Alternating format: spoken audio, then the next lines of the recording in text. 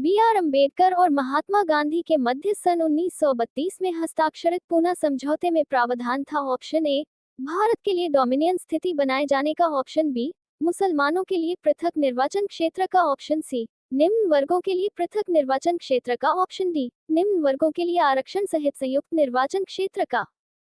Correct answer. Explanation. Poona pact अथवा पूना समझौता भीमराव अंबेडकर एवं महात्मा गांधी के मध्य पुणे की यरवदा सेंट्रल जेल में 24 सितंबर 1932 को हुआ था। अंग्रेज सरकार ने इस समझौते को सांप्रदायिक अधिनियम या कम्युनल अवार्ड में संशोधन के रूप में अनुमति प्रदान की। समझौते में दलित वर्ग के लिए पृथक निर्वाचक मंडल को त्याग दिया गया, लेकिन दलित वर्ग के लिए आरक्षित सीटों की संख्या प्रांतीय विधानमंडलों में 71 से बढ़ाकर 147 और केंद्रीय विधायिका में कुल सीटों की 18% कर दी गई। वह कौन सा अधिनियम था जिसने भारत में सत्ता ब्रिटिश ईस्ट इंडिया कंपनी से ब्रिटिश क्राउन में स्थानांतरित की थी? ऑप्शन ए, भारत सरकार अधिनियम 1833। ऑप्शन बी, भारत सरकार अधिनियम 1935। ऑप्शन सी, भारत सरकार अधिनियम 1947। ऑप्शन डी, भारत सरकार अधिनियम 1858। Correct answer. एक्सप्लेनेशन। अगस्त 1858 में ब्रिटिश संसद ने एक अधिनियम पारित किया जिसके तहत भारत का शासन ईस्ट इंडिया कंपनी से छीनकर क्राउन महारानी को दे दिया। इस समय विक्टोरिया ब्रिटेन की महारानी थी। इस एक्ट को भारत सरकार अधिनियम 1858 की संज्ञा दी गई। निम्नलिखित में से किस अधिनियम द्वारा भारत के गवर्नर जनरल को अध्यादेश जारी करने की शक्ति प्रदान की गई? Option A, Charter Act 1833। Option B, भारतीय परिषद अधिनियम 1861। ऑप्शन सी, भारतीय परिषद अधिनियम 1892। ऑप्शन डी, भारतीय परिषद अधिनियम 1909। Correct answer. एक्सप्लेनेशन। भारतीय परिषद अधिनियम 1861 भारत के संवैधानिक इतिहास की एक युगांतकारी तथा महत्वपूर्ण घटना है। यह मुख्य रूप से दो कारणों से विशेष है। एक तो ये कि इसने गवर्नर जनरल को अपनी विस्तारित परिषद में भारतीय जनता के प्रतिनिधियों को नामजद करके उन्हें विधायी कार्य से संबद्ध करने का अधिकार प्रदान दिया, तथा दूसरा ये कि इसने गवर्नर जनरल की परिषद की विधायी शक्तियों का विकेंद्रीकरण कर दिया, जिससे बंबई और मद्रास की सरकारों को भी विधायी शक्ति प्रदान की गई। ये सिद्धांत कि स्वतंत्र भारत के लिए नए संविधान को तैयार करना मुख्यतः, यद्यपि अकेले नहीं, खुद स्वयं भारतीयों की जिम्मेवारी होनी चाहिए, पहली बार निम्नलिखित में से किस एक में स्वीकार किया गया था? ऑप्शन ए, भारत सरकार अधिनियम 1935। ऑप्शन बी, लिनलिथगो का अगस्त प्रस्ताव। ऑप्शन सी, क्रिप्स प्रस्ताव। Option D, cabinet mission. Correct answer. Explanation. सही उत्तर अगस्त वायसराय लिनलिथगो का प्रस्ताव है। ये सिद्धांत कि स्वतंत्र भारत के लिए एक नए संविधान का निर्माण मुख्य रूप से होना चाहिए, हालांकि पूरी तरह से नहीं, भारतीयों की जिम्मेदारी होनी चाहिए, ये पहली बार वायसराय लिनलिथगो के प्रस्ताव में स्वीकार किया गया था। यह 8 अगस्त 1940 को बनाया गया था। इसने एक सलाहकार युद्ध परिषद की स्थापना के अलावा वायसराय की कार्यकारी परिषद के विस्तार की भी पेशकश की। हालांकि कांग्रेस पार्टी ने प्रस्ताव को अस्वीकार कर दिया क्योंकि इसने प्रभुत्व का दर्जा प्रदान किया। रेगुलेटिंग एक्ट पारित किया गया। ऑप्शन ए, 1773 में। ऑप्शन बी, 1771 में। ऑप्शन सी, 1785 में। ऑप्शन डी, 1793 में। Correct answer. Explanation. Regulating act का उद्देश्य भारत में ईस्ट इंडिया कंपनी की गतिविधियों को ब्रिटिश सरकार की निगरानी में लाना था। इसके अतिरिक्त कंपनी की संचालन समिति में आमूलचूल परिवर्तन करना तथा कंपनी के राजनीतिक अस्तित्व को स्वीकार कर उसके व्यापारिक ढांचे को राजनीतिक कार्यों के संचालन योग्य बनाना भी इसका उद्देश्य था। इस अधिनियम को 1773 में ब्रिटिश संसद ने पास किया तथा 1774 में इसे लागू किया गया। भारत के गवर्नर जनरल को किस एक्ट के द्वारा अपनी समिति के निर्णयों को अस्वीकार करने का अधिकार मिला? ऑप्शन ए, 1773 का रेगुलेटिंग एक्ट। ऑप्शन बी, 1784 का पिट इंडिया एक्ट। ऑप्शन सी, 1786 का अमेंडमेंट एक्ट। ऑप्शन डी, 1813 का charter act. Correct answer. Explanation. 1786 1793 का चार्टर एक्ट अधिनियम पिट ने 1786 का अधिनियम पारित करवाया, जिसका प्रमुख उद्देश्य कॉर्नवालिस को भारत के गवर्नर जनरल के पद के लिए तैयार करना था। इस अधिनियम के तहत मुख्य सेनापति की शक्तियां भी गवर्नर जनरल में निहित कर दी गई। पिट्स इंडिया एक्ट किस वर्ष पारित किया गया? Option A 1784, option B 1901, option C 1819, option D 1857। Correct answer explanation. Pitt's India Act 1784 में पारित किया गया था। यह अधिनियम ब्रिटिश ईस्ट इंडिया कंपनी के प्रशासनिक कार्यों और वाणिज्यिक गतिविधियों को नियंत्रित करने के उद्देश्य से लाया गया था। इस अधिनियम के माध्यम से भारतीय प्रशासन में ब्रिटिश सरकार का नियंत्रण बढ़ाया गया। निम्नलिखित में से किस अधिनियम को माले मिंटो सुधार के रूप में भी जाना जाता है? ऑप्शन ए भारतीय परिषद अधिनियम 1892, ऑप्शन बी भारत सरकार अधिनियम 1919, ऑप्शन सी भारत सरकार अधिनियम 1935, ऑप्शन डी भारतीय परिषद अधिनियम 1909। Correct answer explanation. भारतीय परिषद अधिनियम 1909 को माले मिंटो सुधार के नाम से भी जाना जाता है। इस अधिनियम के माध्यम से भारतीय विधायिका में सांप्रदायिक निर्वाचन प्रणाली की शुरुआत की गई थी, जिसके तहत मुस्लिम समुदाय को अलग निर्वाचन मंडल प्रदान किया गया। मिंटो माले सुधार का उद्देश्य क्या था? ऑप्शन ए पृथक निर्वाचन प्रणाली, ऑप्शन बी भारतीय की भागीदारी बढ़ाना, ऑप्शन सी युद्ध में सहयोग हेतु तैयार करना, ऑप्शन डी पूर्ण स्वतंत्रता देना। Correct answer explanation. Morley Minto सुधारों का मुख्य उद्देश्य उदारवादियों को दिग्भ्रमित कर राष्ट्रवादियों में फूट डालना तथा सांप्रदायिक निर्वाचन प्रणाली को अपनाकर राष्ट्रीय एकता को विनष्ट करना था। माले मिंटो सुधार बिल किस वर्ष में पारित किया गया? ऑप्शन ए 1905 में, ऑप्शन बी 1909 में, ऑप्शन सी 1911 में, ऑप्शन डी 1920 में। Correct answer explanation. भारत परिषद अधिनियम 1909, इंडियन काउंसिल्स एक्ट 1909 या माले मिंटो सुधार भारत परिषद अधिनियम 1909, इंडियन काउंसिल्स एक्ट 1909 को माले मिंटो सुधारों के नाम से भी जाना जाता है, क्योंकि इस समय माले भारत सचिव एवं लॉर्ड मिंटो वायसराय थे। इन्हीं दोनों के नाम पर इसे माले मिंटो सुधारों की संज्ञा दी गई।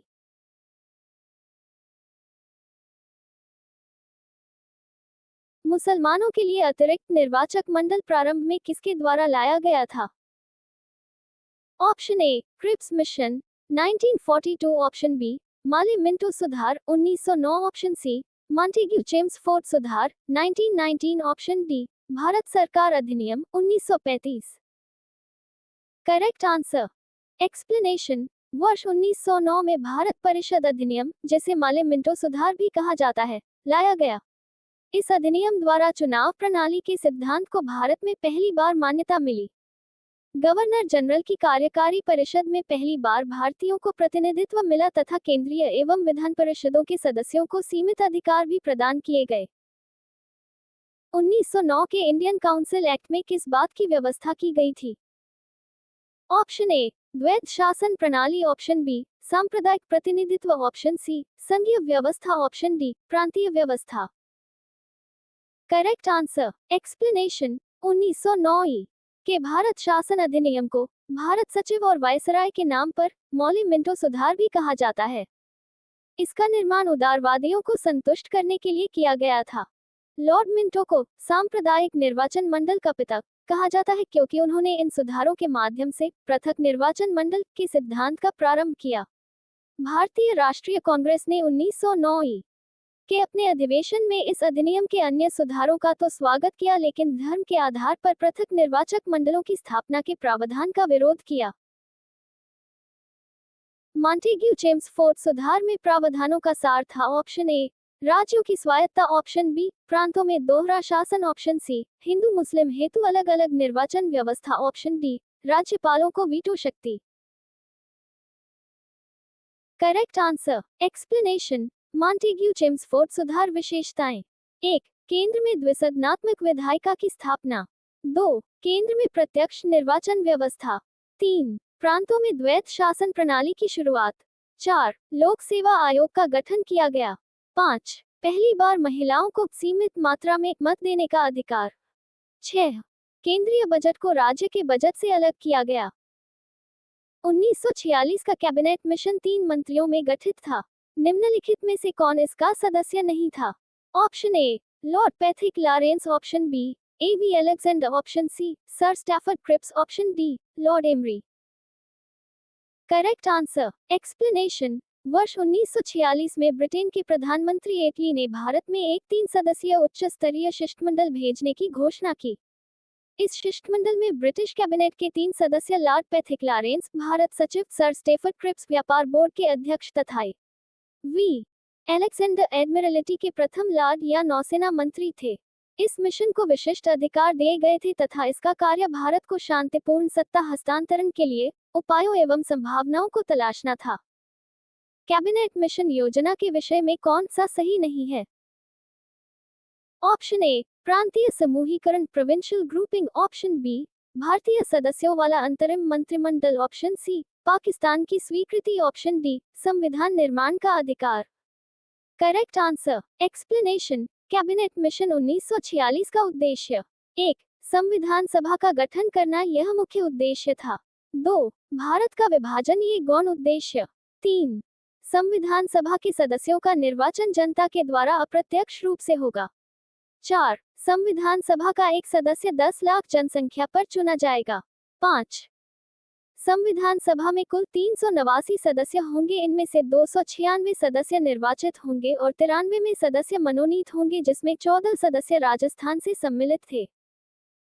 भारत का संविधान लागू होने तक स्वतंत्रता के पश्चात इसका शासन किसके अंतर्गत चलाया गया? ऑप्शन ए भारतीय नेताओं के परामर्श से बने कानून द्वारा, ऑप्शन बी इंग्लैंड के संविधान के अनुसार, ऑप्शन सी 1935 के भारत सरकार अधिनियम के अनुसार, ऑप्शन डी उपर्युक्त में से कोई नहीं। Correct answer explanation. जब विदेशी संसद द्वारा बनाया गया कानून को देश में लागू किया जाता है तो उसे ही अधिराज्य था औपनिवेशिक राज्य कहते हैं। 15 अगस्त 1947 से 26 जनवरी 1950 तक भारत अधिराज्य रहा। इस समय भारत सरकार अधिनियम 1935 के आधार पर भारत का शासन चलता रहता है। भारतीय को वर्ष 1947 में सार्वभौम सत्ता सौंपने की योजना निम्न में से किस नाम से जानी गई? ऑप्शन ए डूरंड योजना, ऑप्शन बी मिंटो-मार्ली योजना, ऑप्शन सी माउंटबेटन योजना, ऑप्शन डी वीविल योजना। Correct answer explanation. माउंटबेटन योजना 3 जून 1947 को लॉर्ड माउंटबेटन द्वारा प्रस्तुत की गई थी। यह योजना भारत के जनसाधारण लोगों में मनबाटन योजना के नाम से भी प्रसिद्ध हुई। मुस्लिम लीग पाकिस्तान के निर्माण पर अड़ी हुई थी। विवशतापूर्वक कांग्रेस तथा सिखों द्वारा देश के विभाजन को स्वीकार कर लेने के बाद समस्या के हल के लिए लॉर्ड माउंटबेटन लंदन गए और वापस आकर उन्होंने योजना प्रस्तुत की। कौन सुमेल नहीं है? ऑप्शन ए माले मिंटो सुधार सांप्रदायिक प्रतिनिधित्व, ऑप्शन बी भारत सरकार अधिनियम 1935 स्वशासन, ऑप्शन सी कैबिनेट मिशन संविधान सभा का गठन, option D Simon Commission Bharat विभाजन। Correct answer explanation. Simon Commission की नियुक्ति ब्रिटिश प्रधानमंत्री ने सर जॉन साइमन के नेतृत्व में की थी। इस कमीशन में 7 सदस्य थे जो सभी ब्रिटेन की संसद के मनोनीत सदस्य थे। यही कारण था कि इसे श्वेत कमीशन कहा गया। साइमन कमीशन की घोषणा 8 नवंबर 1927 को की गई। कमीशन को इस बात की जांच करनी थी कि क्या भारत इस लायक हो गया है कि यहाँ लोगों को संवैधानिक अधिकार दिए जाएं। इस कमीशन में किसी भी भारतीय को शामिल नहीं किया गया, जिस कारण इसका बहुत ही तीव्र विरोध हुआ।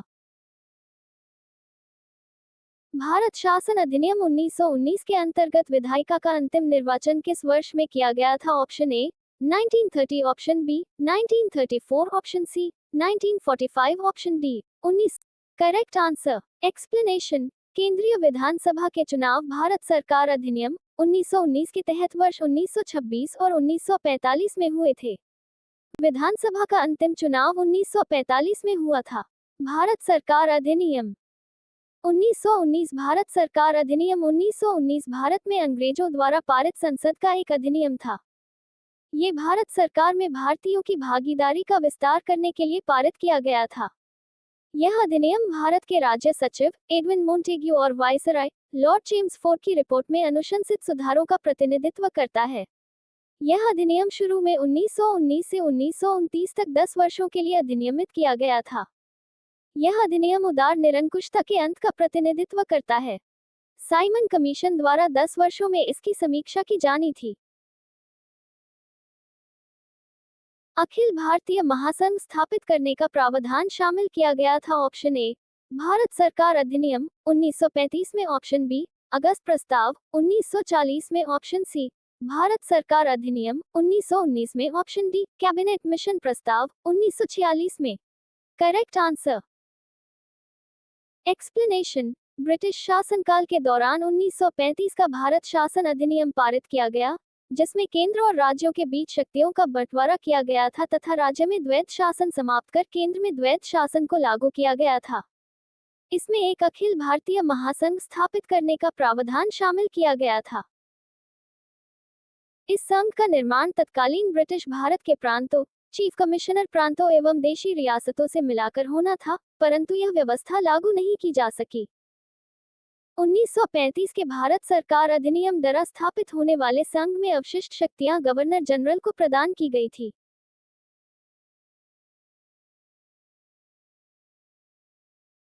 निम्न में से किस अधिनियम ने केंद्र में द्वैत शासन प्रणाली को स्थापित किया? ऑप्शन ए भारत शासन अधिनियम 1935, ऑप्शन बी भारत शासन अधिनियम 1919, ऑप्शन सी भारत परिषद अधिनियम 1909, ऑप्शन डी भारत परिषद अधिनियम 1892। Correct answer. एक्सप्लेनेशन। प्रांतों में द्वैत शासन भारत सरकार अधिनियम 1919 से लागू किया गया एवं भारत सरकार अधिनियम 1935 के द्वारा समाप्त कर दिया गया और केंद्र में द्वैत शासन को लागू किया गया। इंडियन काउंसिल एक्ट 1861 वायसराय को अध्यादेश जारी करने का अधिकार। इंडियन काउंसिल एक्ट 1892 केंद्रीय और प्रांतीय विधायी परिषद का विस्तार। संघीय प्रणाली का पहला प्रयास भारत सरकार अधिनियम द्वारा किया गया था। Option A 1909, option B 1919, option C 1935, option D इनमें से कोई। Correct answer. एक्सप्लेनेशन। ब्रिटिश शासनकाल के दौरान 1935 का भारत शासन अधिनियम पारित किया गया, जिसमें केंद्र और राज्यों के बीच शक्तियों का बंटवारा किया गया था तथा राज्य में द्वैत शासन समाप्त कर केंद्र में द्वैत शासन को लागू किया गया था। इसमें एक अखिल भारतीय महासंघ स्थापित करने का प्रावधान शामिल किया गया था। इस संघ का निर्माण तत्कालीन ब्रिटिश भारत के प्रांतों, चीफ कमिश्नर प्रांतों एवं देशी रियासतों से मिलाकर होना था, परंतु यह व्यवस्था लागू नहीं की जा सकी। 1935 के भारत सरकार अधिनियम द्वारा स्थापित होने वाले संघ में अवशिष्ट शक्तियां गवर्नर जनरल को प्रदान की गई थी। प्रांतीय स्वायत्तता शुरू करने के लिए भारत की ब्रिटिश सरकार द्वारा कौन सा अधिनियम पारित किया गया था? ऑप्शन ए 1892 का भारत परिषद अधिनियम, ऑप्शन बी 1853 का चार्टर अधिनियम, ऑप्शन सी 1935 का भारत सरकार अधिनियम, ऑप्शन डी 1947 का भारतीय स्वतंत्रता अधिनियम। Correct answer. एक्सप्लेनेशन। प्रांतीय स्वायत्तता शुरू करने के लिए 1935 का भारत सरकार अधिनियम पारित किया गया था। इस अधिनियम के माध्यम से प्रांतों में द्वैत शासन की व्यवस्था समाप्त की गई और उन्हें अधिक स्वायत्तता प्रदान की गई। भारत में सचिव का पद किसके द्वारा निर्मित किया गया था? ऑप्शन ए माली मिंटो सुधार 1909, ऑप्शन बी भारत सरकार अधिनियम 1858, ऑप्शन सी भारतीय परिषद अधिनियम 1861, ऑप्शन डी मॉन्टेग्यू चेम्सफोर्ड सुधार। Correct answer. Explanation. Government of India act 1858 company के शासन को समाप्त कर भारत का शासन ब्रिटिश महारानी को सौंप दिया गया। इस अधिनियम के तहत एक भारतीय राज्य सचिव का प्रावधान किया गया और उसकी सहायता के लिए एक 15 सदस्यों की भारतीय परिषद स्थापित की गई। किस भारतीय अधिनियम के तहत पहली बार विधायिका में कुछ निर्वाचित प्रतिनिधित्व की मंजूरी दी गई? ऑप्शन ए भारतीय सरकार अधिनियम 1858, ऑप्शन बी भारत सरकार अधिनियम 1909, ऑप्शन सी भारत सरकार अधिनियम 1919, ऑप्शन डी भारत सरकार अधिनियम 1935। Correct answer. एक्सप्लेनेशन। 1909 के एक्ट में पहली बार गवर्नर जनरल की कार्यकारिणी परिषद में एक भारतीय को नियुक्त किया जाएगा। नियुक्ति होने वाले प्रथम भारतीय थे लॉर्ड सिन्हा। भारत शासन अधिनियम 1935 द्वारा स्थापित संघ में अवशिष्ट शक्तियां किसे दी गई थी? ऑप्शन ए संघीय विधानमंडल को, ऑप्शन बी गवर्नर जनरल को, ऑप्शन सी प्रांतीय विधान मंडल, ऑप्शन डी प्रांतीय राज्यपालों को। Correct answer explanation. भारत शासन अधिनियम 1935 द्वारा स्थापित संघ में अवशिष्ट शक्तियां गवर्नर जनरल को दी गई थी। किस अधिनियम को मोंटेग्यू चेम्सफोर्ड सुधार के नाम से जाना जाता है? ऑप्शन ए भारत स्वतंत्रता अधिनियम 1947, ऑप्शन बी भारत शासन अधिनियम 1919, option C Pitt's India Act 1784, option D Charter Act 1813। Correct answer explanation. Montagu Chelmsford सुधारों को भारत सरकार अधिनियम 1919 का आधार माना जाता है। मोंटेग्यू चेम्सफोर्ड सुधार या अधिक संक्षेप में मोंटफोर्ड सुधार के रूप में जाना जाते भारत में ब्रिटिश सरकार द्वारा धीरे धीरे भारत को स्वराज्य संस्थान का दर्जा देने के लिए पेश किए गए सुधार थे। यूनाइटेड किंगडम की संसद का एक अधिनियम है जिसने 1947 में ब्रिटिश भारत को भारत और पाकिस्तान के दो नए संयंत्र उपनिवेशों में विभाजित किया था। ऑप्शन ए पिट्स इंडिया अधिनियम, ऑप्शन बी भारत सरकार अधिनियम, ऑप्शन सी रॉलेट अधिनियम, ऑप्शन डी भारतीय स्वतंत्रता अधिनियम। Correct answer explanation. भारतीय स्वतंत्रता अधिनियम यूनाइटेड किंगडम की संसद का एक अधिनियम है जिसने 1947 में ब्रिटिश भारत को भारत और पाकिस्तान के दो नए स्वतंत्र उपनिवेशों में विभाजित किया था। इस अधिनियम के तहत भारत और पाकिस्तान को स्वतंत्रता प्राप्त हुई थी। किस भारत सरकार अधिनियम के तहत पहली बार विधायिका में कुछ निर्वाचित प्रतिनिधित्व की मंजूरी दी गई? आ भारत सरकार अधिनियम 1919, बी भारत सरकार अधिनियम 1935, सी मिंटो माले सुधर 1909, डी भारत परिषद अधिनियम 1861, ए भारत सरकार अधिनियम 1858। एक प्रांतीय स्वायत्ता, दो सती प्रथा, तीन प्रांतों ने द्वैत शासन, चार सांप्रदायिक निर्वाचन, पांच ब्रिटिश शासन शक्ति में आया। Option A two. Correct answer explanation. A Bharat सरकार अधिनियम 1919, प्रांतों में द्वैत शासन की शुरुआत A3। बी भारत सरकार अधिनियम 1935, प्रांतीय स्वायत्ता की स्थापना B1। सी मिंटो माले सुधार 1909, सांप्रदायिक निर्वाचन की शुरुआत C4। डी भारत परिषद अधिनियम 1861, सती प्रथा का उन्मूलन D2। यह अधिनियम नहीं बल्कि 1829 में सती प्रथा समाप्त की गई थी, लेकिन इस प्रश्न में इसे विकल्प के रूप में चुना गया है। ई भारत सरकार अधिनियम 1858, ब्रिटिश शासन का सीधे भारत में नियंत्रण E5। पिट्स India act British east India company के वाणिज्यिक और राजनीतिक कार्यों के बीच अंतर करता है। Option A 1818, option B 1792, option C 1802, option D 1784। Correct answer explanation. Pitt's India Act 1784 में पारित किया गया था। इस अधिनियम ने ब्रिटिश ईस्ट इंडिया कंपनी के वाणिज्यिक और राजनीतिक कार्यों के बीच स्पष्ट अंतर किया और भारतीय प्रशासन में ब्रिटिश सरकार का नियंत्रण बढ़ाया।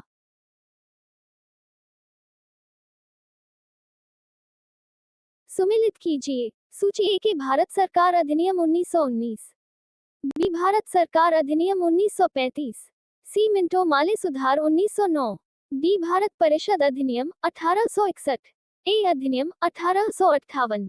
सूची -2। एक प्रांतीय स्वायत्ता, दो सती प्रथा का अंत, तीन प्रांतों में द्वैत शासन, चार सांप्रदायिक निर्वाचन, पांच ब्रिटिश शासन शक्ति में आया। Option A two.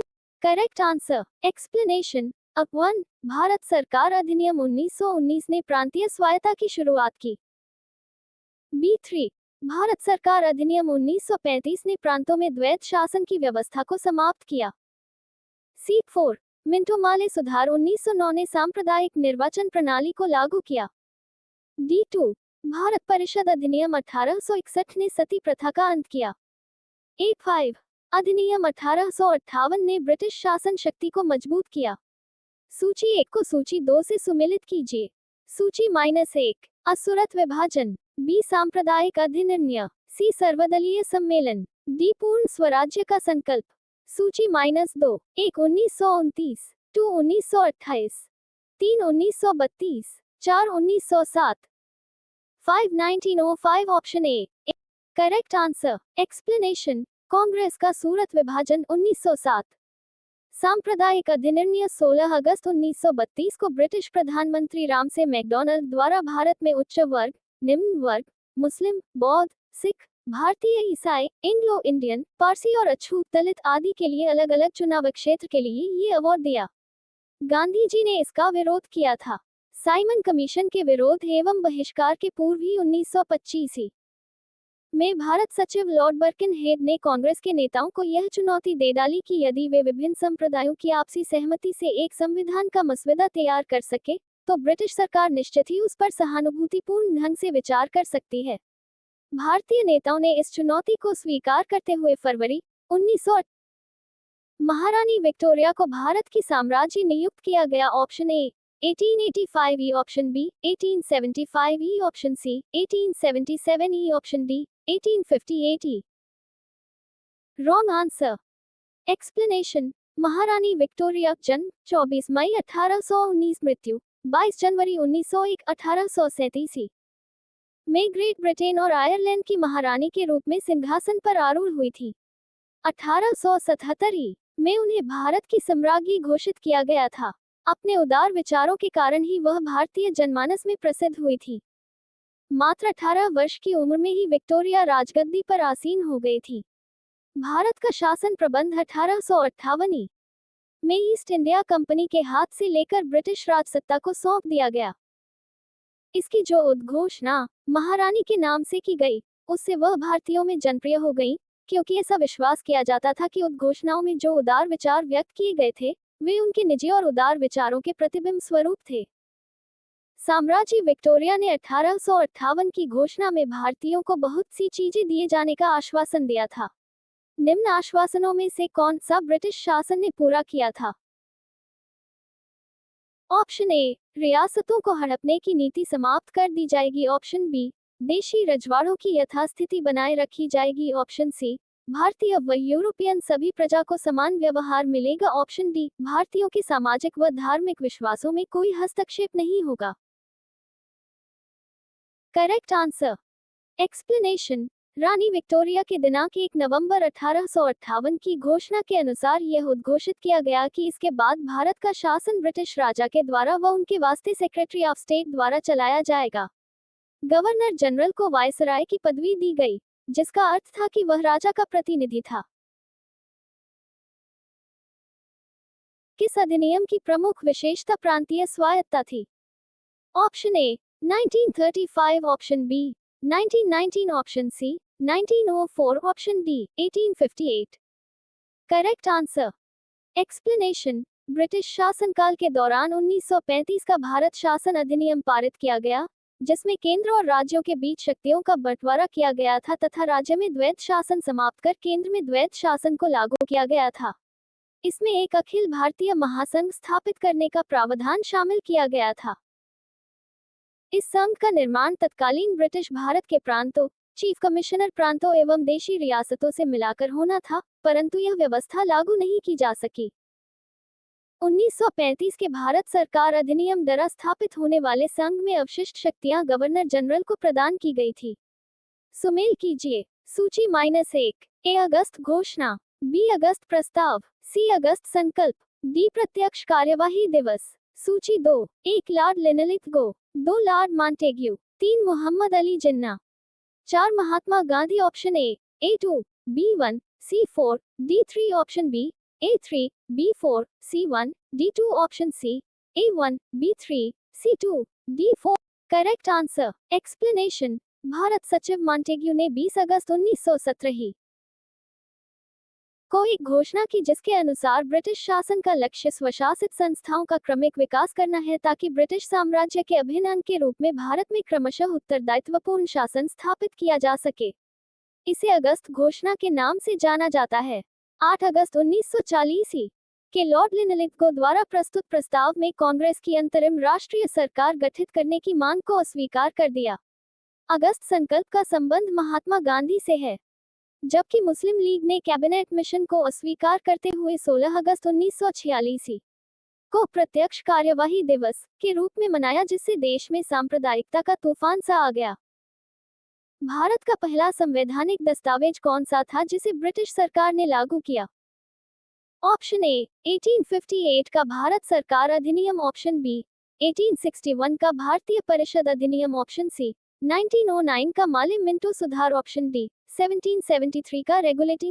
Correct answer explanation 1773 का रेगुलेटिंग एक्ट भारत का पहला संवैधानिक दस्तावेज था जिसे ब्रिटिश सरकार ने लागू किया।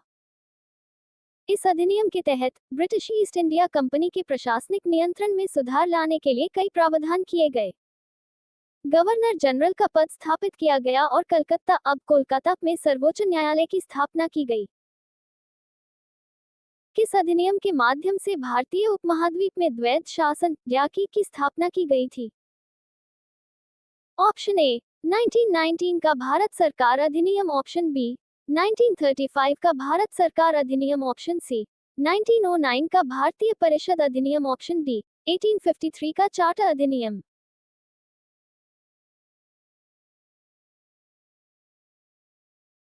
करेक्ट आंसर एक्सप्लेनेशन 1919 के भारत सरकार अधिनियम के माध्यम से भारतीय उपमहाद्वीप में द्वैध शासन ड्याकी की स्थापना की गई थी। इस अधिनियम के तहत प्रांतीय स्तर पर प्रशासन के दो भाग बनाए गए, आरक्षित विषय रिजर्व सब्जेक्ट्स और स्थानांतरित विषय ट्रांसफर्ड सब्जेक्ट्स। आरक्षित विषय ब्रिटिश अधिकारियों के नियंत्रण में थे जबकि स्थानांतरित विषय भारतीय मंत्रियों के नियंत्रण में थे। किस अधिनियम के तहत भारतीय संविधान सभा का गठन किया गया था?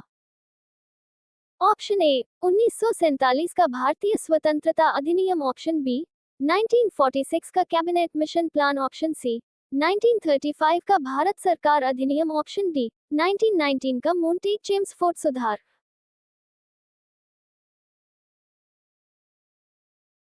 करेक्ट आंसर एक्सप्लेनेशन भारतीय संविधान सभा का गठन 1946 के कैबिनेट मिशन प्लान के तहत किया गया था। इस योजना के माध्यम से भारतीय संविधान को बनाने के लिए एक संविधान सभा की स्थापना की गई। संविधान सभा के सदस्यों का चयन प्रांतीय विधान सभाओं के निर्वाचित सदस्यों द्वारा किया गया था। किस अधिनियम के तहत भारत की पहली स्वतंत्र और निष्पक्ष चुनाव प्रक्रिया स्थापित की गई थी? ऑप्शन ए 1909 का माली मिंटो सुधार, ऑप्शन बी 1935 का भारत सरकार अधिनियम, ऑप्शन सी 1947 का भारतीय स्वतंत्रता अधिनियम, ऑप्शन डी 1950 का भारतीय संविधान।